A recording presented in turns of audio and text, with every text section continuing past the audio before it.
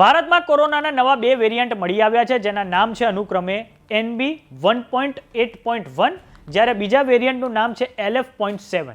કોરોનાના આ 2 નવા વેરિયન્ટ ઓમાઇક્રોનના ભાગ છે, જેમાંથી NB1.8.1 વેરિયન્ટ તમિલનાડુથી ડિટેક્ટ થયો છે, જ્યારે LF.7 વેરિયન્ટ એ ગુજરાતમાંથી ડિટેક્ટ થયો છે. આ 2 નવા વેરિયન્ટના કેસો તમિલનાડુ અને ગુજરાતમાં નોંધાયા છે. આ ઉપરાંત કોરોનાના દેશભરમાં નવા કેસોની સંખ્યા 1000 ને પાર પહોંચી ગઈ છે. નમસ્કાર, જમાવટ સાથે હું છું પાર્થ.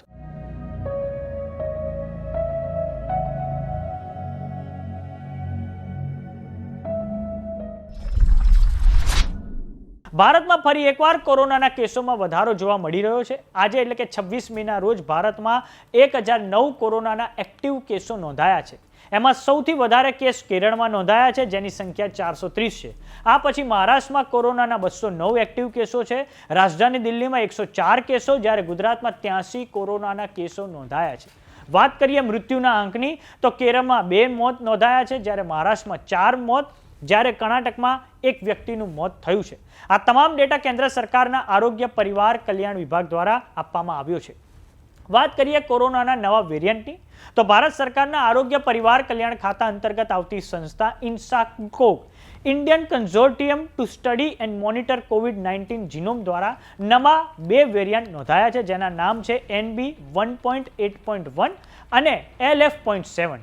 NB1.8.1 એ તમિલનાડુ, જ્યારે LF.7 એ ગુજરાતમાં ડિટેક્ટ થયો છે. તમિલનાડુમાં આ NB1.8.1 વેરિયન્ટનો 1 કેસ, જ્યારે ગુજરાતમાં LF.7ના 4 કેસ નોંધાયા છે. હવે જાણીએ કે કોરોનાના નવા 2 વેરિયન્ટ NB1.8.1 અને LF.7 કેટલા જોખમી છે. તો આ 2 વેરિયન્ટ JN.1 વેરિયન્ટના સબ લિનિયેજ છે. વર્લ્ડ હેલ્થ ઓર્ગેનાઇઝેશને આ 2 વેરિયન્ટને વેરિયન્ટ અંડર મોનિટરિંગનો દરજ્જો આપેલો છે. એનો મતલબ કે તેના બીજા ઘણા મ્યુટેશન્સ હોઈ શકે છે. વર્લ્ડ હેલ્થ ઓર્ગેનાઇઝેશને તેને વેરિયન્ટ ઓફ કન્સર્ન કે વેરિયન્ટ ઓફ ઇન્ટરેસ્ટનો દરજ્જો નથી આપ્યો.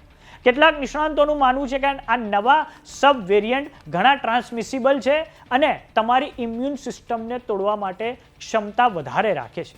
દાખલા તરીકે નવા variant NB1.8.1માં spike protein 435S, V445H અને T478I જોવા મળે છે.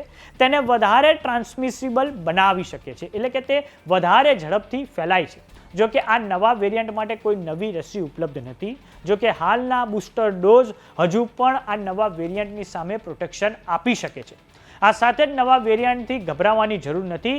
હા, માત્ર સતર્કતા રાખવી જરૂરી છે. તો કેવો લાગ્યો અમારો વિડીયો અમને કોમેન્ટ બોક્સમાં લખીને જરૂર જણાવો. જો તમે અમને યુટ્યુબ પર જોઈ રહ્યા તો સબસ્ક્રાઇબ કરો. જો તમે અમને ઇન્સ્ટાગ્રામ અને ફેસબુક પર જોઈ રહ્યા તો ફોલો કરો. નમસ્કાર.